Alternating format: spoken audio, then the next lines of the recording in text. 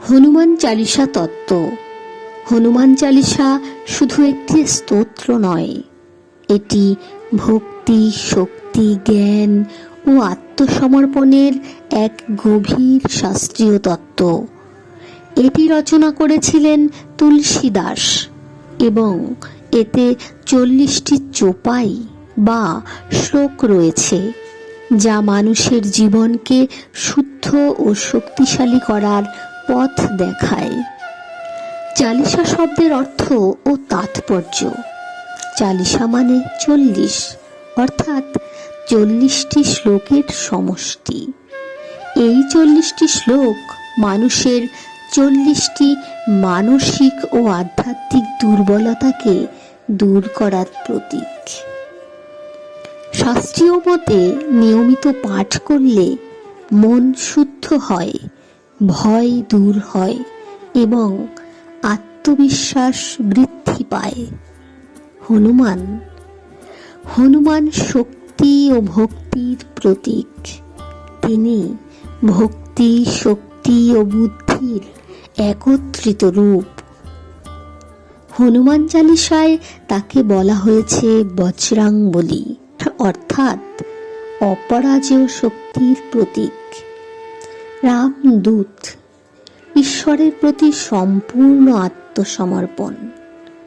এখানে মূল তত্ত্ব এটাই, অহংকার ত্যাগ করে ভক্তি করলে অসীম শক্তি অর্জিত হয়। শাস্ত্রীয় গঠন ও তত্ত্ব বিশ্লেষণ। হনুমান চালিসা 3টি স্তরে কাজ করে। ভক্তি তত্ত্ব, ভগবানের প্রতি নিঃস্বার্থ প্রেম, নিজের অহংকার ত্যাগ, শ্রী গুরু চরণ সরজ রজ। এই লাইনটি শেখায় গুরুর আশ্রয় ছাড়া জ্ঞান অসম্পূর্ণ। কর্মতত্ত্ব, কর্মই জীবন, নিঃস্বার্থ কর্মই মুক্তির পথ। হনুমান নিজের জন্য কিচ্ছু করেননি, সবই রামের জন্য। নিজের লাভ না দেখে কর্তব্য পালন করাই সত্য ধর্ম। জ্ঞান তত্ত্ব, আত্মজ্ঞানই সর্বোচ্চ জ্ঞান। ভয় ও অজ্ঞানতা দূর হয় জ্ঞান দ্বারা। হনুমান চালিসায় বলা হয়েছে, বুদ্ধিহীন তনু জানিকে, অর্থাৎ জ্ঞান ছাড়া মানুষ দুর্বল। আধ্যাত্মিক প্রভাব। শাস্ত্রমতে নিয়মিত হনুমান চালিসা পাঠ করলে নেতিবাচক শক্তি দূর হয়, মন শান্ত হয়, সাহস ও আত্মবিশ্বাস বৃদ্ধি পায়, জীবনে বাধা কমে। বিশেষভাবে এটি মানসিক শক্তি বৃদ্ধি করে, যা আজকের সময়ে খুবই গুরুত্বপূর্ণ।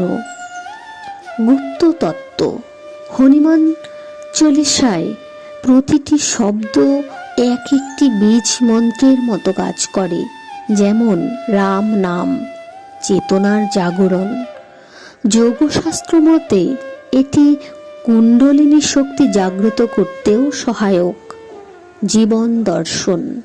হনুমান চালিসা আমাদের শেখায়, শক্তি থাকলেও অহংকার করা নয়, জ্ঞান থাকলেও নম্রতা জরুরি, ভক্তি থাকলে সবই সম্ভব।